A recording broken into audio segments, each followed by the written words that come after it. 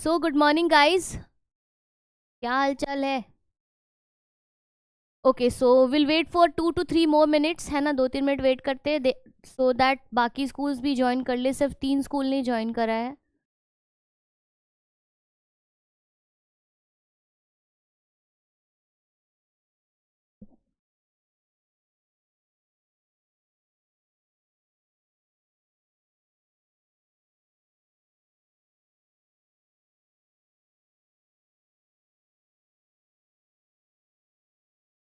तो गाइस हमने कल पैकेजिंग तक कर लिया था, है ना।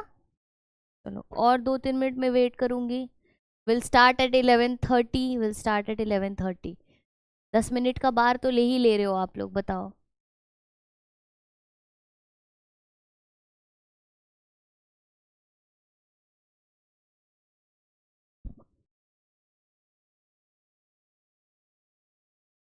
Okay, hi, hello and good morning to all of you.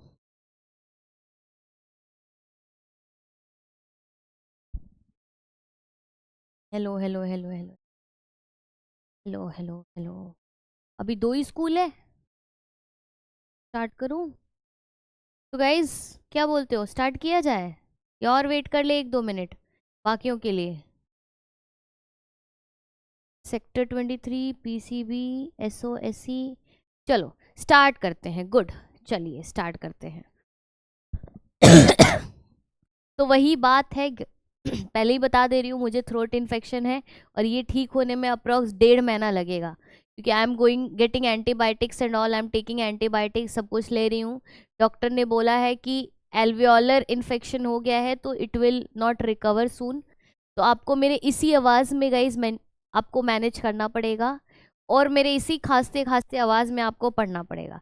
I hope कि आप लोग समझेंगे इस बात को, क्योंकि मेरे साथ भी ऐसा है ना कि बच्चों का थोड़ा सा ज़्यादा सोच लेती हूँ। अभी डेली 4 क्लासेस हो रही हैं ना, 1.5 घंटे के डेली 4 क्लासेस मुझे लेना ही है, क्योंकि सिलेबस करवाना है। तो सारी चीज़ें अलाइंड रहती हैं, है ना। तो I hope you guys will understand, इतना तो आप लोग समझ ही सकते हो, है ना। आई एम कुछ बहुत ज़्यादा पेन है थ्रोट में, लेकिन फिर भी है कि नहीं, बच्चों को कराना है तो ठीक है, कोई दिक्कत नहीं है। मेडिसिन वगैरह लेके हो जाता है मैनेज। चलिए, तो कल गाइस हमने कल पैकेजिंग तक पढ़ रखा था, ठीक। नाउ आज के क्लास में गाइस हम देखेंगे कि डीएनए के बारे में, डीएनए से रिलेटेड बहुत सारे एक्सपेरिमेंट्स किए गए, बहुत सारे एक्सपेरिमेंट्स किए गए। और जब बहुत सारे एक्सपेरिमेंट्स किए गए तो इनको हमने बोला कि series of experiments were performed. किसके लिए? पहला तो ये पता करने के लिए कि जो जेनेटिक मटेरियल है सेल के अंदर वो क्या है ना। डीएनए है, आरएनए है, प्रोटीन्स हैं, या फिर क्या है। क्योंकि लोगों को जेनेटिक मटेरियल का कुछ पता ही नहीं चल रहा था। कुछ लोग कह रहे थे प्रोटीन है, कुछ लोग कह रहे थे डीएनए है, कुछ लोगों का कहना था ना ना भाई आरएनए है जेनेटिक मटेरियल। तो जेनेटिक मटेरियल को पता करने के लिए सीरीज ऑफ एक्सपेरिमेंट किए गए। अब सबसे पहले हम देखते हैं, कल हमने पढ़ा था कि क्रिक भाई साहब ने, वॉटसन एंड क्रिक में हमने पढ़ा था कि इन्होंने डबल स्टैंडर्ड डीएनए का मॉडल प्रपोज किया था। ये हमने पढ़ा था, हेलिकल मॉडल था जिसको प्रपोज किया गया था। आज अभी अभी के क्लास में गाइस पढ़ेंगे हम सबसे पहला एक्सपेरिमेंट, जिसका नाम है ट्रांसफॉर्मिंग प्रिंसिपल, जिसको हम कहते हैं the search for genetic material. कि जेनेटिक मटेरियल क्या है, इसके सर्च को, मतलब इसके बारे में बताया गया। तो इसके लिए वेरियस सेट्स ऑफ एक्सपेरिमेंट्स किए गए, और जो वेरियस सेट्स ऑफ एक्सपेरिमेंट्स किए गए तो हमने देखा कि जब क्रोमोजोम के बारे में बताया गया ना, क्रोमोजोम के बारे में बता रहे थे उस वक्त, मेंडल भी अपना, साथ साथ मेंडल का भी काम चल रहा था जेनेटिक्स पे। Then you must have heard about कि ये देखो इनका नाम क्या है, ग्रिगोर मेंडल, जो जेनेटिक्स पे काम कर रहे थे। फिर Sutton and Boveri guys linkage पे जो काम कर रहे थे। तो सबका काम एक साथ ही चल रहा था। ये वही एरा है जब सबका साथ काम एक साथ चल रहा था और लोगों ने पहली बार क्रोमोजोम को माइक्रोस्कोप के अंदर देखा था, ठीक है। तो जब क्रोमोसोम को माइक्रोस्कोप के अंदर देखा गया ना, तो धीरे धीरे धीरे धीरे ये बिहेवियर डिड्यूस होने लगा कि जेनेटिक मटेरियल क्या है, चलो पता करते हैं। क्योंकि लोग अभी भी क्या थे ना, लोग अभी भी क्लियर नहीं थे कि जेनेटिक मटेरियल, ये कह तो रहे हैं कि डीएनए के बारे में, लेकिन दे वर नॉट श्योर कि डीएनए ही जेनेटिक मटेरियल है। तो इस बात को प्रूव करने के लिए जो सबसे पहला एक्सपेरिमेंट आया, इसको हम कहते हैं ट्रांसफॉर्मिंग प्रिंसिपल। ठीक है, क्या कहते हैं गाइस? Transforming principle. अब देखो, इस एक्सपेरिमेंट को करने वाले जो साइंटिस्ट थे उनका नाम था ग्रिफिथ, फ्रेडरिक ग्रिफिथ। तो ग्रिफिथ भाई साहब वो थे जिन्होंने इस एक्सपेरिमेंट को किया अपने लेवल पे। ठीक है, now see what this experiment says, कि इस एक्सपेरिमेंट को करने के लिए इन्होंने एक बैक्टीरिया लिया जिसका नाम है स्ट्रेप्टोकोकस निमोनिया, जो निमोनिया कॉज करता है। ठीक है, अब ये जो बैक्टीरिया है गाइस, स्ट्रेप्टोकोकस निमोनिया, इसके दो स्ट्रेन्स होते हैं, एक होता है आर स्ट्रेन, एक होता है S strain. R strain is rough strain और S strain is smooth strain. Smooth strain जो होता है, क्योंकि वो एस स्ट्रेन है, वो उसके पास एक स्मूथ कोट प्रेजेंट होता है। मतलब ऐसा समझो कि जो बैक्टीरिया कोट ओढ़ के बैठा हुआ, कोट पहन के बैठा हुआ है, वो स्मूथ स्ट्रेन है। अब तुम बताओ गाइस, जो कोट पहन के बैठा हुआ, अगर उसे मारोगे, उसे खत्म करोगे तो वो पहले मरेगा, या फिर जो बिना कोट का बैठा हुआ उसे मारोगे तो वो पहले मरेगा? तो ऑब्वियस सी बात है, जिसने कोट नहीं पहन रखा है वो ताकतवर नहीं है, जिसने कोट पहन रखा है वो ताकतवर है। तो होता ये है गाइस कि जो रफ स्ट्रेन होता है वो ए वायरलेंट या नॉन वायरलेंट स्ट्रेन होता है। मतलब क्या? मतलब ये बेटा कि वो इन्फेक्शियस नहीं होता है, वो डिजीज कॉजिंग नहीं होता है। लेकिन हम जब एस स्ट्रेन की बात करेंगे तो एस स्ट्रेन जो है वो डिजीज कॉजिंग स्ट्रेन है। क्या है? डिजीज फैला रहा है, डिजीज कॉज कर। अब समझना, चीजों को समझिएगा इस। देखिए, अब क्या किया ना इन भाई साहब ने, ग्रिफिथ साहब ने क्या किया कि पहले तो इस बैक्टीरिया के दोनों स्ट्रेन को लिया और ऑल्टरनेटिवली एक चूहे पे, एक माइस पे इन्होंने इसको इंजेक्ट किया। ठीक है, सबसे पहले इन्होंने क्या किया, एस्ट्रेन लिया, इसको चूहे में इंजेक्ट कर दिया। चूंकि हमने बोला कि एस्ट्रेन वायरलेंट है, डिजीज कॉज कर रहा है, तो उससे क्या हुआ, चूहे की डेथ हो गई। एस्ट्रेन को इंजेक्ट किया तो फिर इन्होंने माइस में आर स्ट्रेन को इंजेक्ट किया। जब माइस में आर स्ट्रेन को इंजेक्ट किया तो इन्होंने देखा कि माइस की डेथ नहीं हो रही, माइस की डेथ नहीं हो रही। से ये समझ गए कि आर स्ट्रेन अच्छा वाला स्ट्रेन है, वो माइस में कोई भी वायरलेंट फैक्टर नहीं इंट्रोड्यूस कर रहा है, नहीं इंड्यूस कर रहा है, जिसकी वजह से आपको क्या देखने को मिल रहा है कि आर स्ट्रेन यानी जो रफ स्ट्रेन है वो माइस की डेथ नहीं कॉज कर रहा है, लेकिन वही एस स्ट्रेन जो है वो माइस की डेथ कॉज कर दे। अब इन्होंने बोला थोड़ा सा मैं क्या करता हूँ, एक्सपेरिमेंट को मॉडिफाई कर। एक्सपेरिमेंट की मॉडिफिकेशन कैसे करी इन्होंने, तो ये जो एस स्ट्रेन था इसको इन्होंने क्या कर दिया, हीट किल्ड कर दिया। मतलब क्या, एस स्ट्रेन का बैक्टीरिया लिया होगा उन्होंने, ठीक है, एक वायल में, उस वायल को हीट के नीचे ऐसे करके उस वायल को पकड़ के मान लो कोई हीट दे दिया, मतलब गैस जलाया, हीटर जलाया और उसको हीट कर दिया। अब जब उसको हीट किया गाइस, तो जो एस स्ट्रेन की बैक्टीरियाज थे उनकी डेथ हो गई। कॉमन है। इसके बाद इसको हीट किल करने के बाद इन्होंने माइस में क्या किया, इंजेक्ट किया। जब इन्होंने माइस में heat killed S strain inject किया तो इन्होंने देखा माइस की डेथ नहीं हो रही है। Mice did not die, the mice was still alive. तो इन्होंने, इनको सूझी अब खुराफात, बोले अच्छा माइस की डेथ नहीं हो रही है, मतलब क्या, अगर मैं हीट किल कर रहा हूँ एस स्ट्रेन को तो एस स्ट्रेन के पास जो जेनेटिक मटेरियल है वो खत्म हो जा रहा है, जिसकी वजह से वो माइस में ट्रांसफर नहीं हो रहा है और माइस की डेथ नहीं हो रही। ये बात बोला, इनको और खुराफात सूझ, इन्होंने सोचा कुछ नया करते हैं। इन्होंने हीट किल्ड एस स्ट्रेन को लिया और उसको मिक्स कर दिया आर स्ट्रेन के साथ जो कि लाइव है। अब देखो गाइस, कायदे से क्या होना चाहिए था, क्योंकि एस स्ट्रेन भी हीट किल्ड है और आर स्ट्रेन तो बेचारा ऐसा ही भोला भाला है, मार तो रहा नहीं है चूहे को, तो चूहे को नहीं मरना चाहिए था। लेकिन इन्होंने क्या देखा, इन्होंने देखा माइस की डेथ हो गई। अब यहां से this was a shocker for him कि भाई जब मैंने इसको हीट किल्ड कर दिया है और ये ऐसे भी नहीं चूहा मार रहा है, ए वायरलेंट स्ट्रेन है, तो फिर ये माइस मरा कैसे? अंडरस्टूड। तो इन्होंने क्या किया, इन्होंने बोला कि एस स्ट्रेन के पास कुछ तो ऐसा जेनेटिक कंपोनेंट है जिसने या फिर जिसे उसने आर स्ट्रेन को दे दिया और आर स्ट्रेन को खतरनाक खूंखार बना दिया। मतलब there was some genetic material, there was some component which the heat kill S strain transferred to the R strain and made the R strain like live S strain.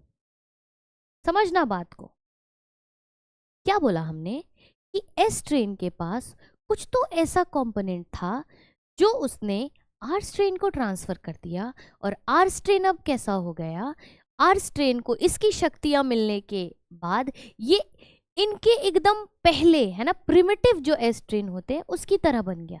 मतलब अब ये जो एस स्ट्रेन की तरह बन गया, तो इसने क्या किया, इसने माइस की डेथ करा दी। यहां से ही concluded that there is some genetic component, there is something that S strain carries, है ना। हीट किल्ड एस स्ट्रेन के पास कुछ ऐसा केमिकल है जो वो ट्रांसफर कर रहा है आर स्ट्रेन को और खूंखार बना दे रहा है इसको। ठीक है, this was what was concluded by this experiment. बताओ गई, समझ में आया? Give me a thumbs up. समझ में आया? चलो, तो this was what was concluded by this experiment.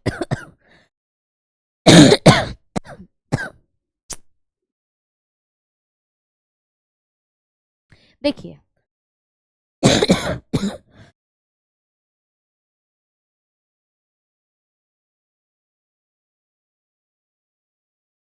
जो बात मैंने आपको बोला वही चीज यहाँ पे लिख रहा है कि he concluded that the R strain bacteria had somehow been transformed by the heat killed S strain bacteria। ठीक है, सम ट्रांसफॉर्मिंग प्रिंसिपल। अब इन्होंने केमिकल नहीं बोला, इन्होंने उस केमिकल को क्या बोला, कुछ ट्रांसफॉर्मिंग प्रिंसिपल है। Some transforming principle transferred from the heat killed S strain had enabled the R strain to synthesize a smooth polysaccharide coat। मतलब कुछ केमिकल था जो एस स्ट्रेन ने आर स्ट्रेन को दिया, जिसकी वजह से R strain live S strain की तरह बन गया, खूंखार वायरलेंट बन गया। बट ही डिड नॉट, ठीक है, and became virulent. This must be due to the transfer of genetic material. However, the biochemical nature, ये समझ भी रहे हैं कि ये जेनेटिक मटेरियल के ट्रांसफर से है, बट ये नहीं समझ पा रहे हैं कि ये जो जेनेटिक मटेरियल है वो क्या है। Therefore, क्या बोल रहे हैं, the biochemical nature of the genetic material was not known, was not defined। बताओ, समझ गए? बस इतना बचा, कुछ तो है पर क्या है वो नहीं पता। अब क्या है पता करने के लिए दूसरी एक्सपेरिमेंट आएगी जिसका नाम क्या है, द कैरेक्टराइजेशन ऑफ बायोकेमिकल, है ना, कंपोनेंट।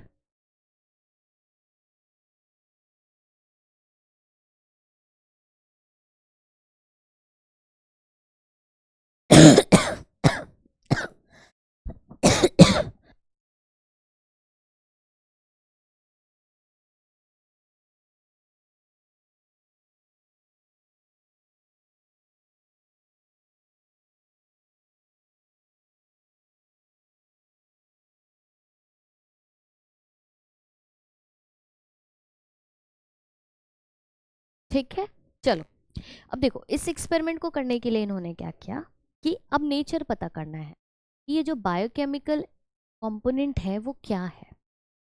ठीक है, तो इन्होंने क्या किया गाइस, अब 3 टेस्ट ट्यूब लिया, क्योंकि अभी जेनेटिक मटेरियल पता नहीं चल रहा है ये डीएनए है कि आरएनए। अच्छा, someone has asked something in the chat. Okay guys, wait, let me check one. SOSC तो मैसेज किया है ना, स्टार्ट करते हैं। अच्छा ओके ओके, पहले का मैसेज। गाइस कुछ डाउट होगा ना प्लीज पूछ लेना, ठीक है। आई एम लिटरली, मैं बता नहीं सकती हूँ आपको कि what I am facing.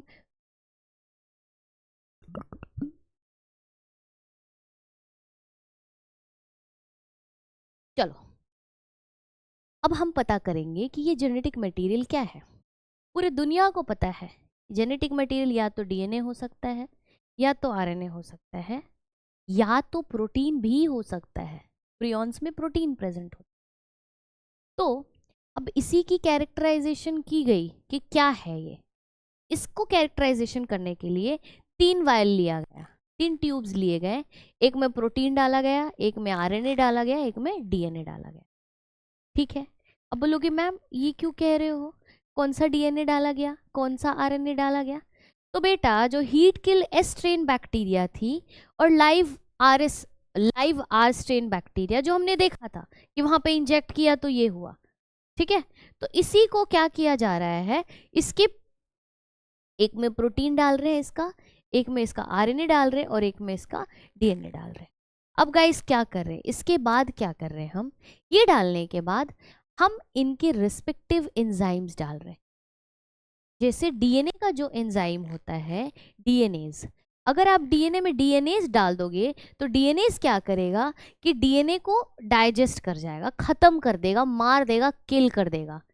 RNA के अंदर आरएनएज डाल दोगे तो आरएनए बचेगा नहीं, आरएनए का खात्मा, खत्म हो जाएगा।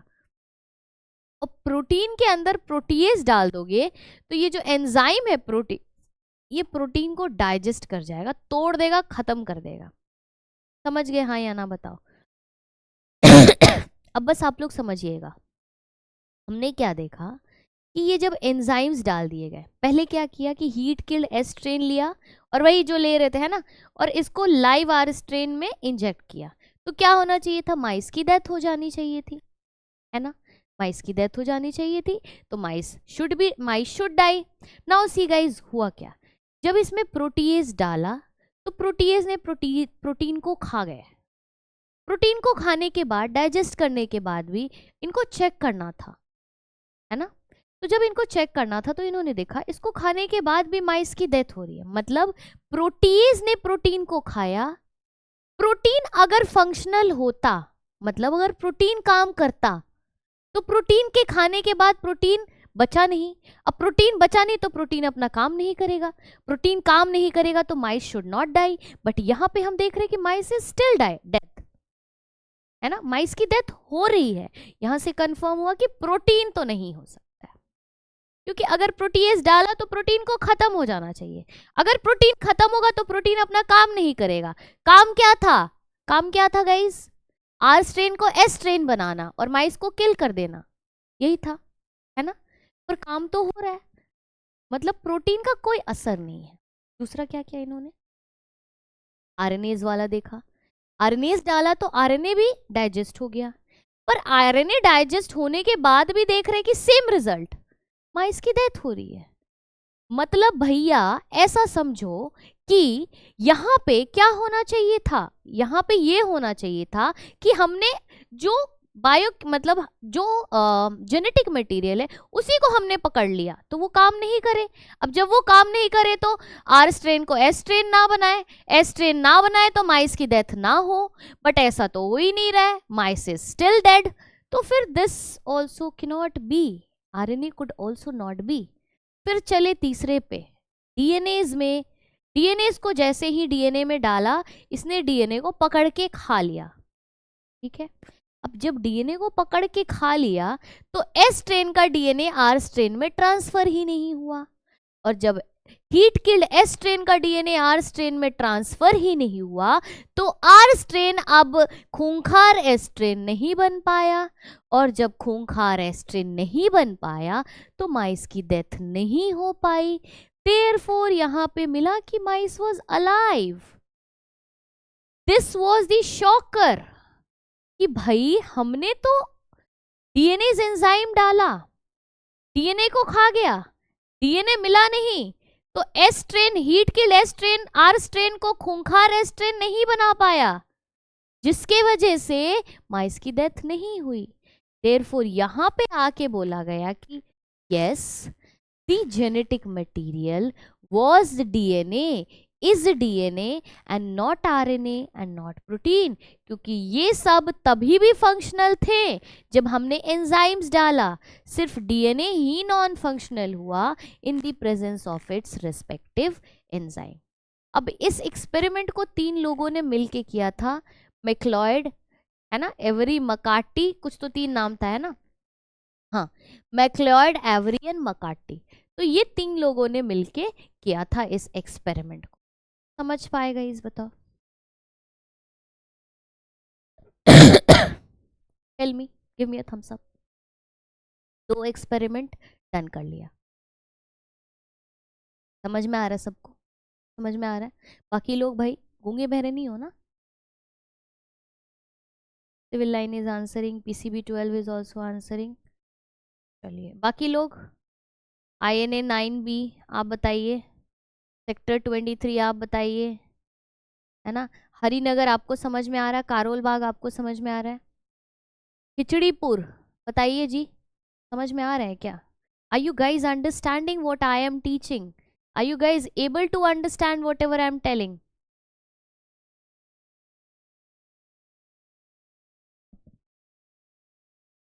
गुड।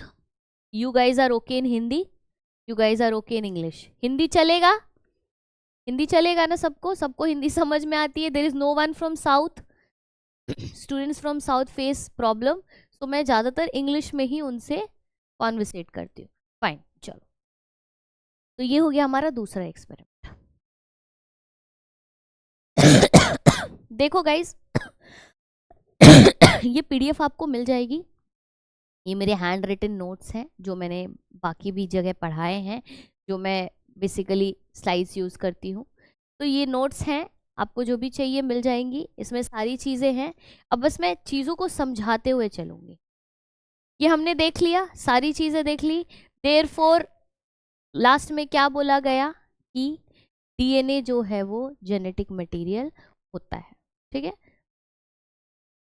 देखो यहाँ पे दे कंक्लूडेड दैट, यहाँ पे लिख भी रहा है ना कि they concluded that DNA is the hereditary material, DNA is the hereditary material. ये कंक्लूड किया इन्होंने। पर इसके बाद एक और स्टेटमेंट देखो, but still not all biologist were convinced. अभी भी सारे बायोलॉजिस्ट कन्विंस्ड नहीं थे। बोले हम मानेंगे नहीं, हमको नहीं मानना है, हम जिद पे रहेंगे। ठीक है, तब जाके एक और एक्सपेरिमेंट आया, and this was the experiment जिसको हम कहते हैं दैट वाज दी, क्या कहते हो, चेंजिंग, है ना? ये सबसे बड़ा रेवोल्यूशन था जिसमें ये बताया गया कि DNA ही जेनेटिक मटेरियल है। अब इस एक्सपेरिमेंट का नाम है unequivocal proof that DNA is the genetic material. पहला क्या था गाइस? पहला एक्सपेरिमेंट बताओ, हर्षे चेस की एक्सपेरिमेंट थी, है ना, सर्च फॉर जेनेटिक मटेरियल। दूसरा था बायोकेमिकल कैरेक्टराइजेशन की, जेनेटिक मटेरियल का कैरेक्टराइजेशन, बायोकेमिकल नेचर क्या है। तीसरा क्या है? क्या प्रूफ करो, अनइक्विवोकल प्रूफ। अनइक्विवोकल मतलब दिस इज, ये तथ्य है कि DNA ही जेनेटिक मटेरियल है। तो this experiment guys, it was Martha Chase, है ना, हर्षे एंड चेस की एक्सपेरिमेंट है। 2 साइंटिस्ट ने मिलके करा था, Alfred Hershey and Martha Chase. किया क्या? हमें बैक्टीरियोफाज के बारे में पता है। बैक्टीरियोफाज क्या होता है? Bacteriophages are viruses that affect bacteria. Bacteriophages क्या करते हैं भाई? बैक्टीरियोफाजेस वो वायरसेस हैं जो बैक्टीरिया को इन्फेक्ट करते हैं।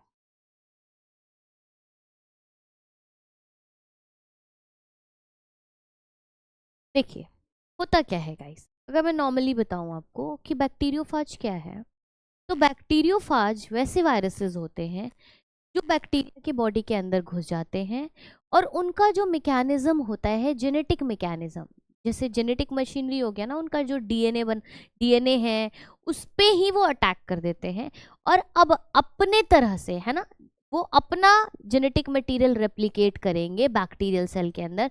बैक्टीरिया को पता भी नहीं चलेगा, उसको लगेगा ये मेरा ही सेल है, और वो क्या करेगा, उसके ही जेनेटिक मटेरियल को रेप्लिकेट करेगा। तो यही चीज होता है कि वायरसेस आएंगे, ये बैक्टीरियोफाज जो हैं बैक्टीरिया को इन्फेक्ट करेंगे और अपना जेनेटिक मटेरियल उसमें बनाते जाएंगे।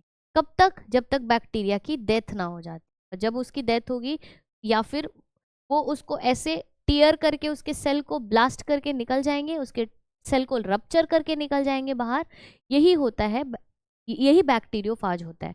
तो उन वायरसेस को इन्होंने लिया और इन्होंने 3 स्टेप परफॉर्म किया, 3 स्टेप्स परफॉर्म की इसको करने के लिए। देखते हैं चलिए, सबसे पहले इन्होंने क्या किया गाइस कि ये जो और हाँ समझो, ये जो इन्होंने लिया इसको रेडियो एक्टिवली लेबल भी कर दिया। क्या किया इन्होंने? रेडियो एक्टिवली लेबल भी कर दिया। तो इन्होंने क्या किया कि एक बैक्टीरिया लिया जिसका नाम है ई कोलाई, ठीक है, और इसी बैक्टीरिया के अंदर, सेल के अंदर, इस बैक्टीरियोफाज को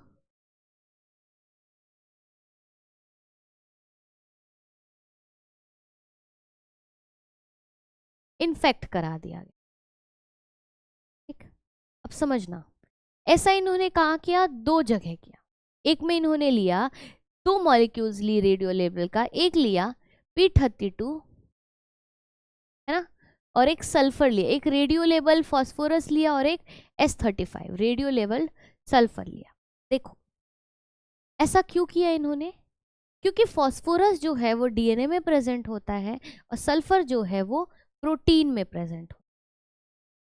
क्योंकि उस वक्त तक, जब तक वो मॉलिक्यूल, जब मैंने बताया कि डीएनए जेनेटिक मटेरियल, ये तो इन्होंने बोला, लेकिन लोग क्या बोल रहे थे? अच्छा डीएनए जेनेटिक मटेरियल बोल रहे हो, लेकिन जो तुमने एंजाइम यूज की है, डीएनएज, आरएनएज, प्रोटीएज, ये सारे एंजाइम्स, तो एंजाइम्स आर व्हाट? प्रोटीन्स। ये तो प्रोटीन के बने हैं, तो तुम कैसे कह सकते हो कि डीएनए जेनेटिक मटेरियल है? तो लोग कंफ्यूज थे, बायोलॉजिस्ट कंफ्यूज थे कि जेनेटिक मटेरियल डीएनए है कि प्रोटीन है। इसलिए इन्होंने क्या किया कि दो ऐसे रेडियो लेबल्ड मॉलिक्यूल्स लिए जिसमें जो एक डीएनए में प्रेजेंट है और एक कहाँ प्रेजेंट है? प्रोटीन में। ठीक, इसके बाद क्या हुआ गाइस? अब देखो, इसके बाद देखा गया कि इन्फेक्ट कराया। पहले वाले को समझो, तो पहले वाले को P32 से लेबल कर दिया और दूसरे मॉलिक्यूल में S35 से लेबल कर दिया, या फिर मतलब ऑल्टरनेटिवली देख लो। और सबसे पहला स्टेप किया इन्फेक्शन, मतलब अब इस बैक्टीरियोफाज को क्या कर दिया भाई? इन्फेक्ट कर दिया। किसके साथ? ई कोलाई के सेल्स के साथ। किसके साथ इन्फेक्ट कर दिया? ई कोलाई के सेल के साथ। इन्फेक्शन कराने के बाद, है ना, इन्फेक्ट कराया, उसके बाद ब्लेंडिंग कराई। ब्लेंडिंग का मतलब होता है मिक्सिंग। मिक्सिंग क्यों कराया गाइस? ताकि जो ये जो बैक्टीरियोफाज का जो डीएनए है, जेनेटिक मटेरियल है, वो इस ई कोलाई के डीएनए के साथ मिक्स हो जाए। ठीक है, तो दूसरा स्टेप कराया ब्लेंडिंग, और तीसरे स्टेप में इसको कराए सेंट्रीफ्यूगेशन। सेंट्रीफ्यूगेशन मतलब आपने देखा होगा सेंट्रीफ्यूज मशीन, जिसमें जैसे मम्मी लोग कपड़े धोती है ना मशीन में, वॉशिंग मशीन में, तो वॉशिंग मशीन में आप जो रोटेटर होता है वो कुछ रोटेशन पर मिनट पे घूमता है। तो सेम चीज़ गाइस, आपने क्या देखा कि लिया डीएनए, इसमें डाला और इसको सेंट्रीफ्यूज करा दी टेस्ट ट्यूब। जब सेंट्रीफ्यूज कराया गया गाइस, तो अलग अलग वेरियस रिजल्ट्स देखे गए। सेंट्रीफ्यूगेशन जब भी होता है किसी भी चीज़ का तो आप समझना कि सेंट्रीफ्यूगेशन के वक्त सारे molecules, it is just method of separation. तो अगर ये टेस्ट ट्यूब था तो ऊपर की तरफ इनको लिक्विड जैसा मिला, इस लिक्विड को बोला सुपरनेटेंट। क्या बोला? सुपरनेटेंट। और नीचे में जो मिला गाइस, इसको इन्होंने बोला पेलेट। ठीक है, नीचे जो बैठा हुआ मॉलिक्यूल मिला, ठीक है, वो हुआ पेलेट, ऊपर जो मिला हुआ सुपरनेटेंट। अब एक बात ध्यान से और गौर करके मुझे बताना ईमानदारी से कि हेवी मॉलिक्यूल नीचे सेटल होगा कि लाइट मॉलिक्यूल नीचे सेटल होगा? अगर मिट्टी लेके पानी में घोलते हो तो मिट्टी का जो बड़ा कंपोनेंट्स है वो नीचे बैठ जाता है ना, और छोटे कंपोनेंट्स ऊपर आ जाते हैं। तो जो ऊपर पानी में दिखता है तुम्हें वो सुपरनेटेंट, जो नीचे बैठा हुआ है वो हो गया पेलेट। अब क्या देखा गाइस, एक तरफ जिसमें इन्होंने 32 P32 से रेडियो लेबल करा था, है ना, उसमें पेलेट में रेडियो एक्टिविटी दिखी, मतलब पेलेट में लाइट जला। और जिसमें इन्होंने सल्फर से रेडियो लेबल करा था गाइस, उसमें इन्होंने देखा कि सुपर रेडनेटेंट, है ना, जो है उसमें रेडियो एक्टिविटी दिख रही है। अब तुम लोग मुझे बताओगे ईमानदारी से इकोलाई बैक्टीरिया का डीएनए हैवी होगा या फिर बैक्टीरियोफाज का डीएनए हैवी होगा? मैंने ये इसलिए पूछा क्योंकि कल हम बेस पेयर पढ़े हैं कि बैक्टीरियोफाज में इतना बेस पेयर होता है, बैक्टीरिया का डीएनए इतना बेस पेयर। हमें पता है कि वायरसेस की साइज बैक्टीरिया से छोटी होती है, देयरफॉर वायरसेस का जो डीएनए होगा वो कैसा होगा? लाइटर होगा। तो जिस डीएनए के अंदर गाइस, है ना, जिस पैलेट के अंदर P32 जलने लगा, मतलब वो बैक्टीरिया का डीएनए है, ठीक है। और जो हमने देखा है क्या कि हमने तो भाई बैक्टीरियोफाज जो है ना, हमने तो यही किया है कि बैक्टीरियोफाज जो है उसके पास सल्फर प्रेजेंट है। सल्फर क्यों? जो उसकी बैक्टीरियोफाज की जो हेड होती है उसमें सल्फर प्रेजेंट होता है, ठीक है, और उसी सल्फर के अंदर प्रेजेंट होता है प्रोटीन। अब देखना, यहाँ पे ध्यान देना, तो ये जो अंदर, ये जो हेड है ये प्रोटीन का बना है, और ये जो अंदर प्रेजेंट है वो क्या है? वो है डीएनए। अब यहाँ पेलेट में आपको कलर दिख रहा है, यहाँ सुपरनेटेंट में कलर दिख रहा है, मतलब ये तो डिड्यूस हो गया कि पेलेट जो बैठा होगा वो बैक्टीरिया का डीएनए ही होगा। Therefore what? Therefore it was said that कि जो जेनेटिक मटेरियल है वो प्रोटीन तो नहीं हो सकता, वो डीएनए ही है। क्योंकि हमने क्या किया है? इसके डीएनए को लेबल किया है और यहाँ पे इसके हेड को, जो प्रोटीन का बना हुआ है, उसको लेबल किया है। तो जिसमें हेड को लेबल किया है वो सुपरनेटेंट में आ रहा है, जिसमें हमने अंदर उसको जेनेटिक मटेरियल डीएनए को लेबल किया है उसमें पैलेट में आ रहा है कलर। देयरफॉर ये बोला गया कि जो जेनेटिक मटेरियल है वो क्या है? क्या है genetic material guys? Genetic material is DNA and not protein. और यहां से जाके ये प्रूफ हो। कोई सवाल? किसी को कोई क्वेश्चन? 3 एक्सपेरिमेंट हमने डन कर लिया।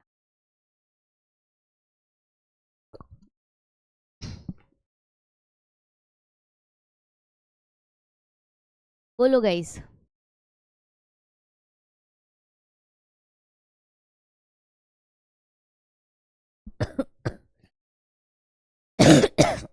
कोई सवाल पूछो, आगे बढ़ूंगी।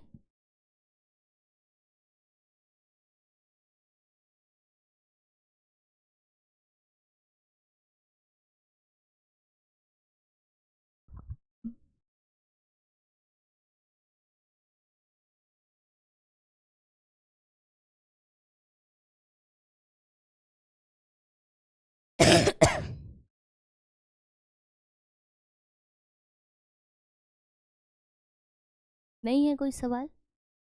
पक्का?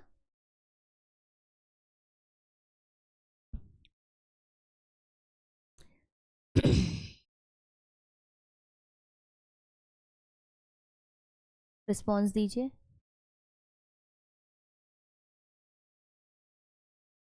No question? Thumbs up? No question? Okay, all good. बाकी schools? I just need 1 minute break.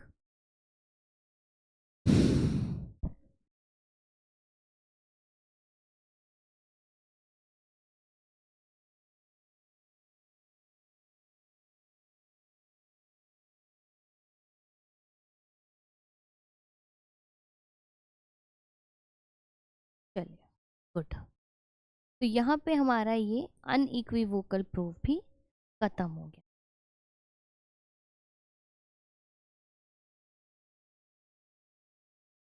अब देखो गाइस, अब सारी कहानी आती है कि जो जेनेटिक मटेरियल है हमारा, यानी जो डीएनए है और आरएनए है, इन दोनों के बीच क्या डिफरेंसेस है। किसी को कोई भी क्वेश्चन हो ना, please ask in the comment box, chat box में क्वेश्चन पूछ सकते हो आप लोग, कोई दिक्कत नहीं है। I don't have any, chat box में कोई क्वेश्चन है नहीं। Let me see, no question in the chat box guys.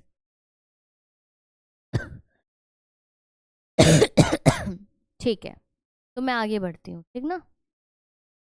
अब देखिए, अब जेनेटिक मटेरियल जो है, जैसे मैंने कल बताया था आप लोग, आप लोगों को कि कुछ वायरसेस होते हैं उनकी जेनेटिक मटेरियल आरएनए हो सकती है ना। RNA is the genetic material in some virus.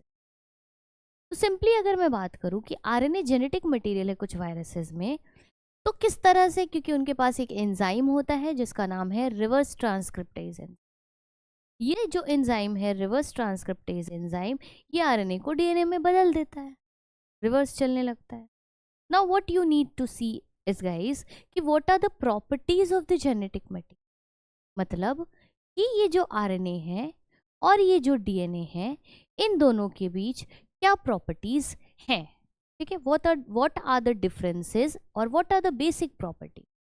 तो जैसे मैंने आप लोगों को कल स्ट्रक्चर बताया था गाइस, तो in the structure I had explained you कि आरएनए जो होता है उसके 2 प्राइम पे, है ना, सेकेंड कार्बन पे ऑक्सीजन की प्रेजेंस होती है, और इस ऑक्सीजन के प्रेजेंस होने की वजह से there is a greater chance होता है कि आरएनए मॉलिक्यूल्स जो हैं वो फास्टर रेट पे म्यूटेशन करेंगे, म्यूटेट हो जाएंगे, चेंज हो जाएंगे। लेकिन जो डीएनए का शुगर होता है, डीऑक्सीराइबोज शुगर, उसके सेकेंड पोजीशन पे, उसके सेकेंड कार्बन पे चूंकि ऑक्सीजन एब्सेंट होता है, इसीलिए तो इसको डीऑक्सीराइबोज कहते हैं, है ना।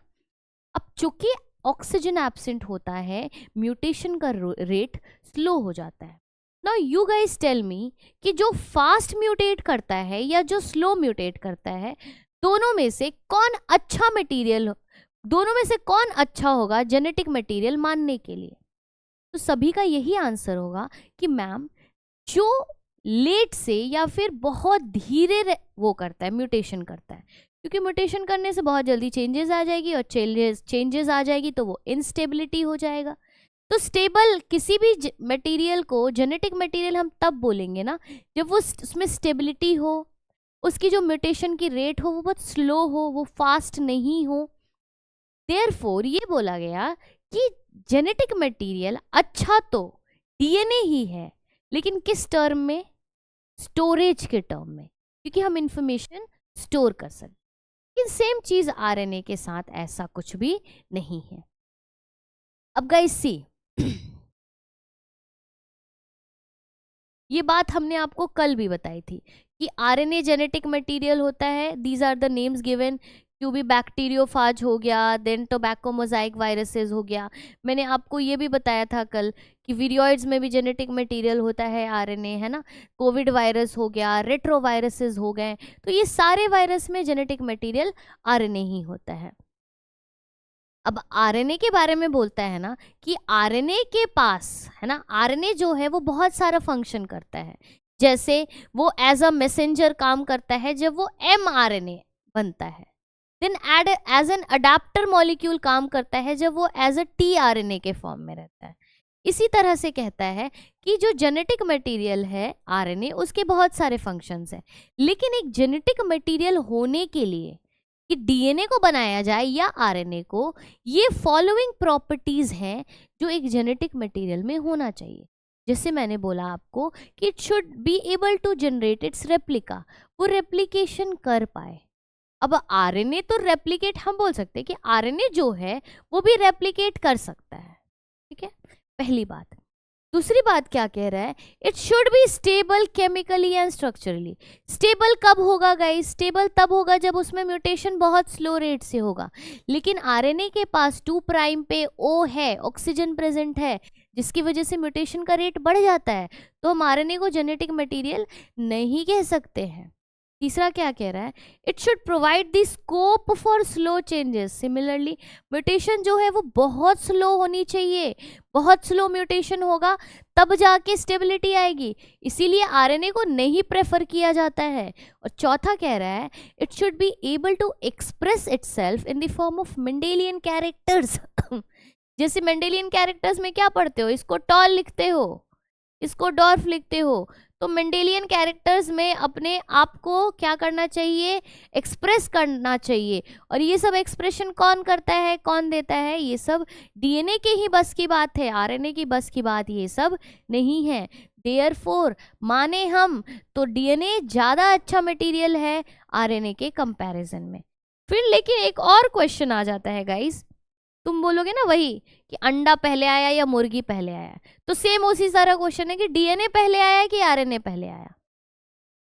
एनीवन बताना चाहेगा डीएनए पहले आया या आरएनए पहले आया? चैट बॉक्स में कमेंट करो,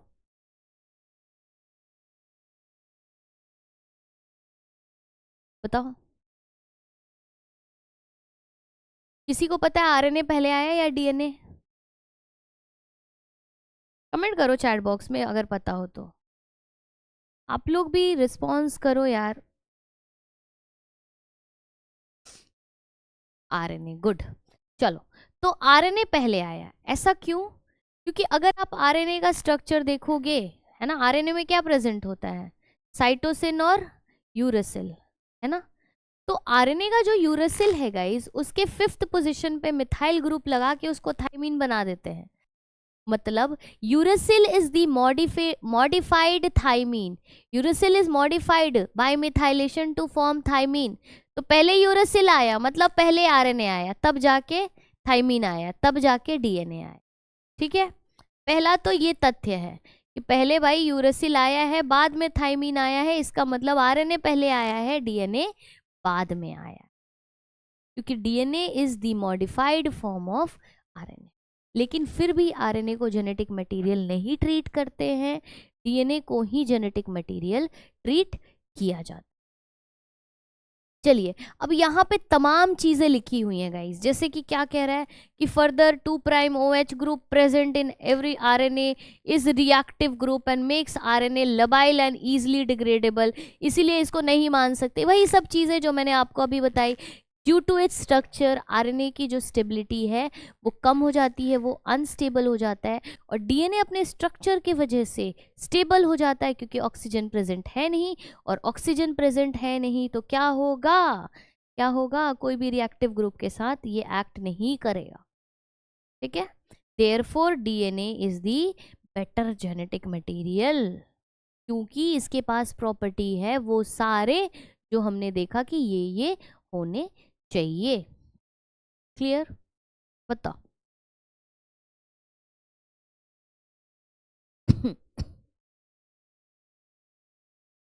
अब गाइज देखो, ये सारी बातें हमने बता दी हैं, तो इसको जाके रीड 1 बाय 1 रीड करने का कोई मतलब है नहीं। ये आरएनए के बारे में भी मैंने बता दिया कि आरएनए का क्या क्या काम होता है, किस तरह से काम करता है, कहाँ कहाँ पे काम होता है। तो अब हम आगे बढ़ेंगे नेक्स्ट टॉपिक पे, जिसका नाम है replication.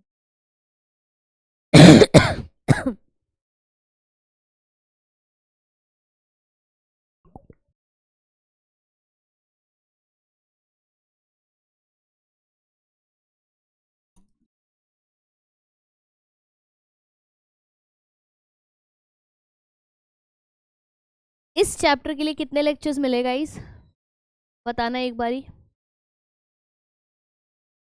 How many lectures for this chapter?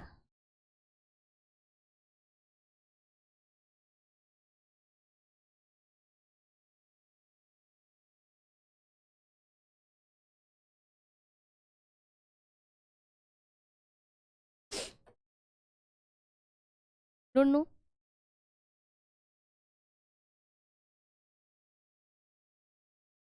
जानते हो तो भी कोई दिक्कत। देखिए, रेप्लिकेशन क्या होता है, कल ही हमने आपको बताया कि जब डीएनए एम्पलीफाई होके बहुत सारे डीएनए मॉलिक्यूल्स बनते हैं, डीएनए से डीएनए बनने की प्रक्रिया को, डीएनए से डीएनए की फॉर्मेशन को हम क्या कहते हैं? रेप्लिकेशन। ठीक है, क्लियर है? अब देखिए, जैसे हमने पढ़ा था कि जो वॉटसन एंड क्रिक थे, है ना, ये proposed scheme for replication of DNA.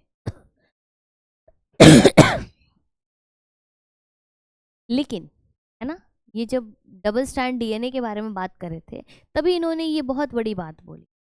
क्या बोली है? देखो, इन्वर्टेड कॉमर्स में दिया है, मतलब this is the statement taken from their original book. ठीक है, they the original authors. It has not escaped our notice that the specific pairing we have postulated immediately suggests a possible copying mechanism for the genetic material by Watson and Crick। बोलने का क्या मतलब है कि ये जो हमने कल डीएनए देखा था गाइस इस तरह से, तो ये जो एंटी कॉम्प्लीमेंटरी, एंटी पैरेलल और एंटी हमने देखा ना, एंटी पैरेलल एंड कॉम्प्लीमेंटैरिटी, ये बताता है कि ये ऐसा क्यों काम कर रहा है, कुछ तो रीजन है, ये हमारे नजरों से बचा नहीं है, हमें पता है कि क्यों ऐसे है, डीएनए का स्ट्रक्चर ऐसा क्यों है। अब इसी चीज को इसमें समझाने की कोशिश की गई है। ठीक, समझ पाए? Tell me guys, I don't know whether you are understanding और नॉट। मेरी लैंग्वेज क्लियर है सबको? You guys are getting what I am trying to say, what I am trying to explain? Please let me know, give me a thumbs up. पक्की बात ना? Okay चलो, good. चलिए देखिए क्या कह रहा है, क्या कह रहा है कि जब हम स्ट्रक्चर बता रहे थे डीएनए का, क्योंकि इन्होंने ही दिया है, तो हमारे नजरों से ये बचा नहीं है कि इसका स्ट्रक्चर ऐसा क्यों है। अब इसका स्ट्रक्चर बताने के लिए हम आपको रेप्लिकेशन बताएंगे कि क्यों है ऐसा। तो देखो गाइस क्या कह रहा है, the scheme suggested that the two strands would separate and act as a template for the synthesis of a new complementary strand. क्या बोल रहा है कि for the synthesis that the two strands would separate, ये दोनों strand अलग हो जाएंगे, 5 और 3 एक तरफ जो देख रहे हो, ये दोनों अलग हो जाएंगे और दोनों एक फिर से वापस नया स्ट्रैंड बनाएंगे। क्या कह रहे हैं, दोनों अलग हो जाएंगे और नया घर बनाएंगे। मतलब क्या, पहले हम एक थे, अब हम दोनों अलग हुए, लेकिन अलग होने के बाद हम अपना और अपने जैसा और कॉपी बनाएंगे। ठीक है, चलिए यही चीज कह रहा है कि after the completion of replication each DNA molecule would have 1 parental and 1 newly strand. ठीक है, जिसमें एक पेरेंट स्ट्रैंड होगा और एक डॉटर स्ट्रैंड होगा। Fine, now this scheme was termed as the semi, बताओ इसमें भी स्कीम पे स्कीम लगा रहे हैं, इसी स्कीम को कहते हैं सेमी कंजर्वेटिव। कंजर्वेटिव मतलब पूरे के पूरे हम जैसे हैं, एग्जैक्ट कॉपी। सेमी कंजर्वेटिव मतलब हम जैसे हैं उसके आधा, है ना। अगर हम जैसे मान लो 100% है तो उसमें 50% पेरेंट होगा और 50% डॉटर होगा, नया स्ट्रैंड होगा। इसी को बोलेंगे semi conservative mechanism of DNA replication. तो यही मैकेनिज्म को एक्सप्लेन किया गया है जिसको हम कह रहे हैं semi conservative mechanism of DNA replication. अब गाइस तुम लोगों ने एक चीज देखा है, एनसीईआरटी ने इतनी ज्यादा, है ना, इतना ज्यादा एक्सपेरिमेंट दिया है, सीधा सीधा बात ही नहीं कर रहे रेप्लिकेशन पे। अभी इसको बताने के लिए भी देखो, इसको भी बताने के लिए अब बढ़िया सा एक्सपेरिमेंटल, अब क्या कह रहे हैं, एक्सपेरिमेंटल प्रूफ, फिर से एक्सपेरिमेंट किया। बताओ इन लोगों को आज के दुनिया में, आज के ज़माने में कुछ भी बोल के, फ्रीडम ऑफ स्पीच है, लोगों को कुछ भी बोल के निकल जाते हैं। पहले अगर कुछ बोलते थे तो उसको प्रूफ करना होता था कि भाई तुम प्रूफ करो कि तुमने ऐसी बात बोली क्यों, तभी हम मानेंगे। आजकल बताओ कितने अंधे लोग हैं, कुछ भी बोलो मान लेते हैं। तो that was that time the media, this is what is media now. समझ रहे हो? या फिर हो सकता उस वक्त मीडिया ही ना हो, सब चीज प्रूफ करो तब जाके मानेंगे, कुछ भी बोल दोगे कैसे मानेंगे?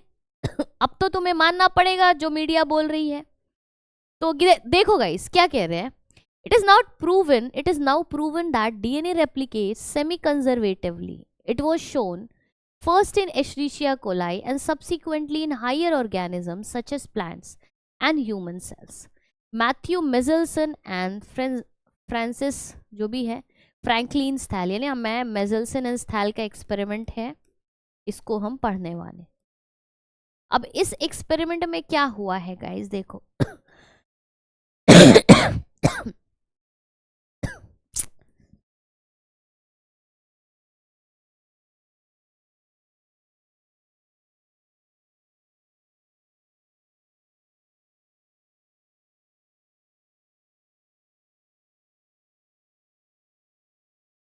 Okay, there is a question in the chat box. क्या सवाल है भाई, देखा जाए।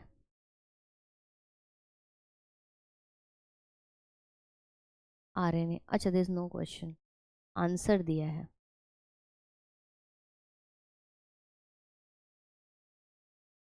चलिए तो देखो गाइस, इस एक्सपेरिमेंट को मैं थोड़ा सा आसान बनाती हूँ, हम सीधा सीधा एक्सपेरिमेंट पे ही चलते। किया क्या गया गाइस कि सबसे पहले they grew E coli on a medium containing NH4Cl। सबको पता है अमोनिया क्लोराइड होता है, NH4 इज अमोनिया क्लोराइड। लेकिन ये जो NH4Cl ले रहे हैं गाइस, इस N का, ठीक है, दो आइसोटोप ले रहे हैं। एक हैवी आइसोटोप ऑफ नाइट्रोजन ले रहे हैं हम, और एक ले रहे हैं लाइट आइसोटोप।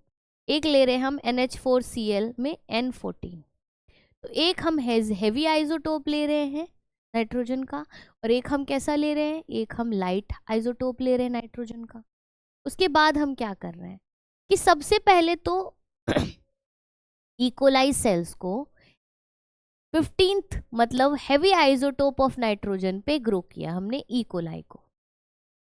अभी ये इस इकोलाई को हमने कैसे एक डाला होगा, फिर इसमें रेप्लिकेशन सिंगल स्ट्रैंड से डबल स्ट्रैंड हो गया होगा। अब हम क्या कर रहे हैं, देखो, the result was that N15 was incorporated into a newly synthesised DNA। Simple सी बात है, अगर हमने इकोलाई को N15 पे हम ग्रो करेंगे और हमने एक सेल डाला तो देखेंगे थोड़े देर बाद दोनों के दोनों कैसे बन जाएंगे, दोनों के दोनों N15 और N15 बन जाएंगे। ठीक है, अब इसी को क्या कह रहा है कि this heavy DNA molecule could be distinguished from the normal DNA bye centrifugation in caesium chloride density gradient. ठीक है, अब इसके बाद क्या करेंगे, सेम सेंट्रीफ्यूज करोगे। जब सेंट्रीफ्यूज करोगे तो हैवी मटेरियल नीचे में आ जाएगा।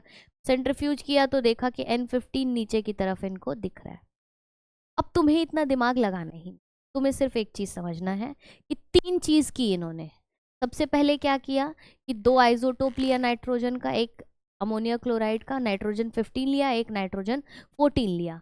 और 15 और 14 जब नाइट्रोजन इन्होंने लिया गाइस, तो सबसे पहले N15 पे इकोलाई को ग्रो कराया। जब N15 पे इकोलाई को इन्होंने ग्रो कराया तो देखा कि सिंगल स्ट्रैंड डाला, फिर मीडिया को यूज करके 15 यूज करके 15 के साथ 15 बन गया। अब इन्होंने क्या किया, इस N15 को, इसको बेटा अब डाल देंगे N14 में, तो क्या देखा होगा। चलो यहाँ पे मैं एक वो ले लेती हूँ। 15 के दो स्ट्रैंड्स थे, ठीक है। अब इस 15 को डाल दिया ऐसे मीडियम में जिसमें NH4Cl N14 प्रेजेंट हो, तो इन्होंने देखा कि नेक्स्ट जब रेप्लिकेशन हुआ तो इनको मिला एक स्ट्रैंड 15 का, एक स्ट्रैंड 14 का, और फिर दूसरा वाला भी इनको मिला एक स्ट्रैंड 15 का और एक स्ट्रैंड 14 का। तो क्या आप देख रहे हो क्या मिल रहा है इनको, 15 14 15 14। इसको क्या बोलोगे, this is a hybrid strand, ना तो लाइट है ना तो हैवी है। समझ गए, ठीक है। किससे, 15 15 से। इसको क्या बोलोगे, हैवी स्ट्रैंड, ये हैवी स्ट्रैंड है। इसको क्या बोलोगे, this is a hybrid strand. अब इसके बाद नेक्स्ट क्या किया इन्होंने इसी को गाइस फिर से N14 के, ये 14 में डाला था, ठीक है, फिर से N14 के साथ डाला, फिर से NH4Cl मीडियम जिसमें N जो है वो 14 है, लाइट आइसोटोप है। तो इनको क्या देखने को मिलेगा, अब समझो क्या मिला होगा गाइस। अब सारे स्ट्रैंड को आप अलग करो, आपको मिलेगा ये येलो ये है रेड, अगेन येलो, ये है रेड, लेकिन 14 डाला है गाइस, तो अब सब में आपको क्या मिलेगा, सब में 14 वाला स्ट्रैंड मिलेगा। इस येलो के साथ 14, इस रेड के साथ 14, इस येलो के साथ 14, इस रेड के साथ 14। तो ऐसे स्ट्रैंड मिलेंगे जिसमें ये हो गया हाइब्रिड स्ट्रैंड, ये भी हो गया हाइब्रिड स्ट्रैंड, लेकिन ये हो गया लाइट स्ट्रैंड और ये हो गया लाइट स्ट्रैंड। हमें पता है कि ई कोलाई हर 20 मिनट के बाद अपना सेल डबल करता है, तो ये सारे जितने एक्सपेरिमेंट थे हर 20-20 मिनट के बाद इनकी रिकॉर्डिंग ली जा रही थी।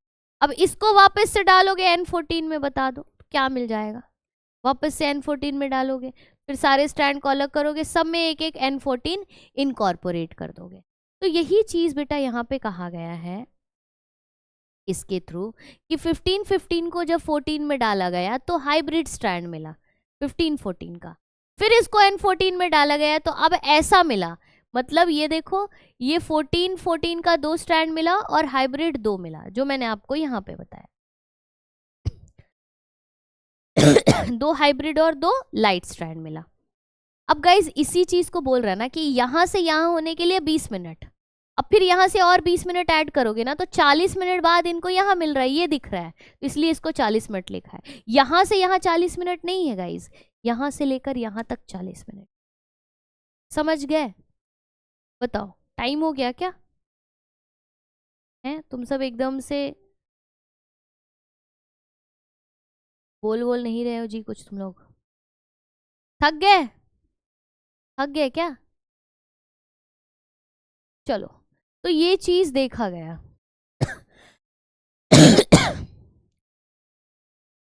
अब देखो गाइस, सेंट्रीफ्यूगेशन करोगे तो मैंने पहले ही बताया, सेंट्रीफ्यूज में क्या दिखेगा कि हैवी वाला नीचे होगा, लाइट वाला ऊपर होगा और हाइब्रिड वाला बीच में होगा। क्योंकि ये हैवी था ये सबसे नीचे मिला, चूंकि ये हाइब्रिड था ये बीच में मिलेगा, सेंट्रीफ्यूगेशन इसका बीच में। और चूंकि इसमें आप देखो क्या मिल रहा है, N14 N14 ऊपर मिलेगा और N14 15 बीच में मिलेगा। बस इतनी सी बात है जो आपको ध्यान में रखना है, इतनी सी बात है जो आपको याद रखना। ठीक है, ओके, चलिए आगे बढ़ा जाए। छोड़ दूं? क्लैप लैप कर रहे हो जी। Dwarka sector 10, what happened?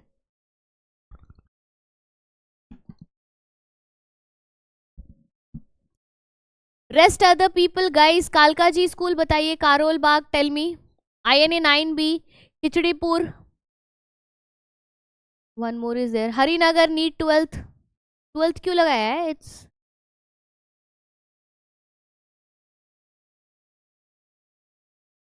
Understood guys. चलिए नेक्स्ट। ये पूरी एक्सपेरिमेंट मैंने बता दी, this was all the experiment. अब हम चलते हैं कि मशीनरी और एंजाइम रेप्लिकेशन में कौन कौन से एंजाइम की जरूरत पड़ेगी। तो गाइस सबसे पहले डीएनए रेप्लिकेशन क्या है, मैं हमने देख लिया, एक स्ट्रैंड पेरेंट स्ट्रैंड को यूज करके डॉटर स्ट्रैंड बन रहा है कॉम्प्लीमेंटैरिटी बेस पेयरिंग से। इसी को हम क्या कह रहे हैं? इसी को हम कह रहे हैं what? Replication. Now one more thing guys,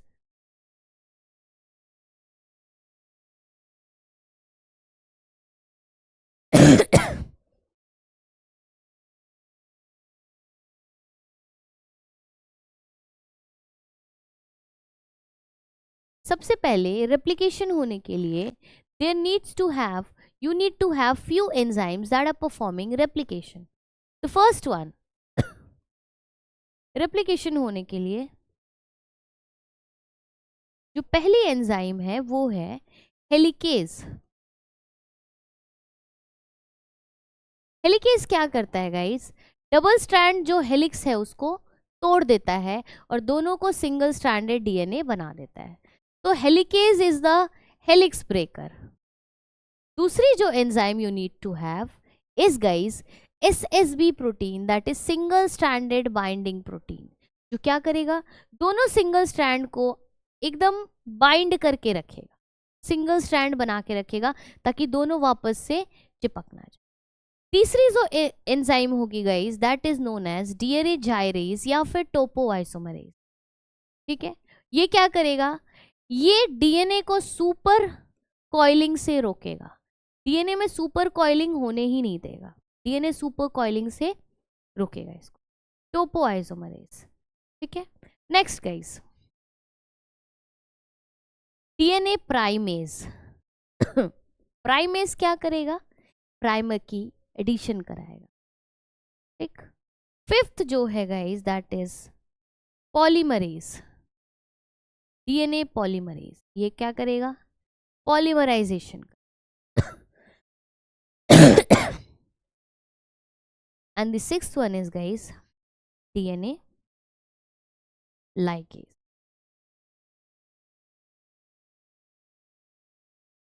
क्या है, डीएनए लाइगेज क्या होगा, लास्ट में लाइगेशन कराएगा, जोड़ेगा इनको। फाइन। अब देखिए, अगर मैं बात करूं, सबसे पहले डीएनए जो होता है वो इस तरह से डबल स्ट्रैंडेड होता है, एक 5 से 3, 3 से ये इस तरह से डबल स्ट्रैंडेड होता है। सबसे पहले इस डबल स्ट्रैंडेड डीएनए को तोड़ के इसको इस तरह से सिंगल स्ट्रैंड बनाना, इस तरह। ये पॉसिबल नहीं है, आप पूरे का पूरे डीएनए को नहीं तोड़ सकते हैं एक बार में। तो आपको इस डीएनए पे सबसे पहले you have to find an ori site. Ori क्या है, ओरिजिन ऑफ रेप्लिकेशन इनिशिएशन, वो जगह जहां से रेप्लिकेशन जो है वो शुरू होगी, इनिशिएट होगी। मान लो इस डीएनए में जो ओराई है, ओराई साइट यहां पे प्रेजेंट है। अब ये ओराई साइट गाइस कुछ नहीं है, बस 2, 3, 4 न्यूक्लियोटाइड, या अब कह सकते हो 4 से 6 न्यूक्लियोटाइड का कुछ एक सीक्वेंस होता है। जैसे यूकैरियोट में टाटा 80, इतना ज्यादा आपको डेप्थ में पढ़ना नहीं है, लेकिन आप समझो TATAAT ऐसा सीक्वेंस जहां पे दिखा डीएनए में, तो इसी को ओराई साइट बोलेंगे। हेलिकेज आएगा, ऐसे सीक्वेंस को क्या करेगा, यहां से तोड़ना शुरू करेगा। अब जब हेलिकेज गाइस तोड़ेगा, है ना, टूटेगा, तो ये आप क्या देखोगे कि ये खुलेगा, this will open, and when this will open, this will form something like this. मैं सिर्फ इसको ले रही हूं, ठीक है, I am just taking this. तो आप क्या देखोगे कि ये इस तरह खुल गया। अब जब ये खुल गया,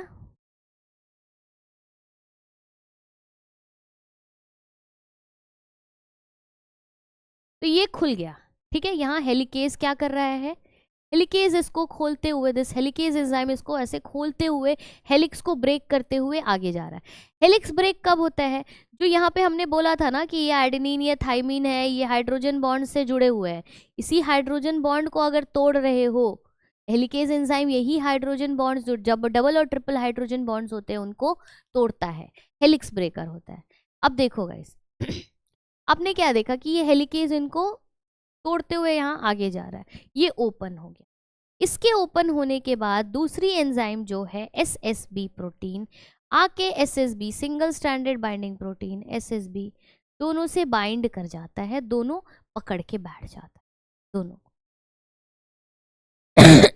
ठीक है। क्यों, ताकि ये डबल स्ट्रैंड जो है वापस से जुड़ ना जाए, ये सिंगल स्ट्रैंड ही बने रहे, इसीलिए SSB प्रोटीन इनको आके बाइंड कर ले। तीसरी चीज जो होती है गाइस, अब तीसरा इधर टोपो आइसोमरेज भी होता है, जो सुपर कॉइलिंग को क्या कर रहा है कि डीएनए जो है वापस से सुपर कॉइल ना हो जाए, इसलिए टोपो आइसोमरेज कि डीएनए की कॉइलिंग को रिलैक्स कर रहा है, रिलीव कर रहा है टोपो आइसोमरेज। अब नेक्स्ट इसके बाद क्या आता है, नेक्स्ट इसके बाद एक एंजाइम आता है जिसका नाम है डीएनए प्राइमेज, और ये कुछ मॉलिक्यूल्स लाता है जिसको हम कहते हैं प्राइमर। प्राइमर क्या होता है, 6 से 8 न्यूक्लियोटाइड का एक छोटा सा स्ट्रेच होता है, क्योंकि डीएनए जो है गाइस वो डी नोवो सिंथेसिस नहीं कर सकता है। डीएनए को कुछ ना कुछ छोटा सा प्राइमर या थोड़ा सा डीएनए का स्ट्रैंड चाहिए, कुछ तो चाहिए, तब जाके वो पॉलीमराइजेशन आगे बढ़ाएगा। और ये कुछ ना कुछ कुछ नहीं है, बस ये प्राइमर है, और प्राइमर हमेशा 5 प्राइम टू 3 प्राइम में ऐड होगा, समझना। अब देखो, तो यहां हमने प्राइमर लगाया, अब इस वाला ये उल्टा है तो इसका प्राइमर इधर लगेगा इस डायरेक्शन में 3 प्राइम टू 5 प्राइम, ओके। इसके बाद आएगा नेक्स्ट एंजाइम जिसका नाम है पॉलीमरेज। पॉलीमरेज भी 5 प्राइम टू 3 प्राइम मूव करता है, प्राइमर भी 5 से 3 लगता है। पॉलीमरेज आएगा और गाइस 5 प्राइम टू 3 प्राइम ये पूरा का पूरा डीएनए सिंथेसाइज करता हुआ चला, ठीक। लेकिन जो नीचे वाला स्ट्रैंड है ये ऑपोजिट है, उल्टा है, और इस उल्टे स्टैंड की जो डायरेक्शन है ना, ये जो डायरेक्शन है गाइस यही गड़बड़ है। जिसके वजह से यहाँ बार बार प्राइमर की एडिशन करनी पड़ेगी और बार बार पॉलीमरेज आएगा और अपना डीएनए का सिंथेसिस करेगा। ठीक है, तो यहाँ पे छोटा छोटा प्राइमर लगेगा और बार बार पॉलीमरेज आएगा और डीएनए सिंथेसिस करके इस स्ट्रैंड को आगे बढ़ाएगा।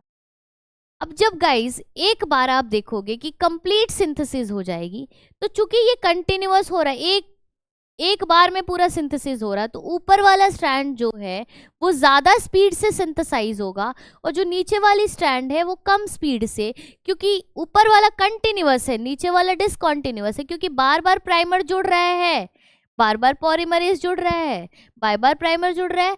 और एट दी एंड जब एक बार पॉलीमराइजेशन हो जाएगा तो लास्ट में क्या देखोगे गाइस कि ये जो प्राइमर हमने लगाई हैं, इन प्राइमर को हटाना पड़ेगा, सारे प्राइमर को हटाना पड़ेगा। ठीक है, और जब सारे प्राइमर को हटाओगे तो बाकी स्ट्रैंड को जोड़ोगे ना। अब जोड़ने के लिए यहाँ पे एक एंजाइम की जरूरत पड़ेगी, जिस एंजाइम को कहोगे लाइगेज एंजाइम। तो लास्ट में लाइगेज आके सारे बॉन्ड को फिल करता है, जोड़ता है। अंडरस्टूड? बता दो फटाफट, टेल मी। इसके बाद गाइज नेक्स्ट जो टॉपिक है वो है हमारा ट्रांसक्रिप्शन, और उसको हम कल के क्लास में करेंगे। फाइन, ठीक है, तो आज रेप्लिकेशन तक ही रहने देते हैं। ओके, मिलते हैं अगले क्लास में, तब तक के लिए thank you, have a nice day, see you all soon guys, and bye bye, take care, thank you all of you.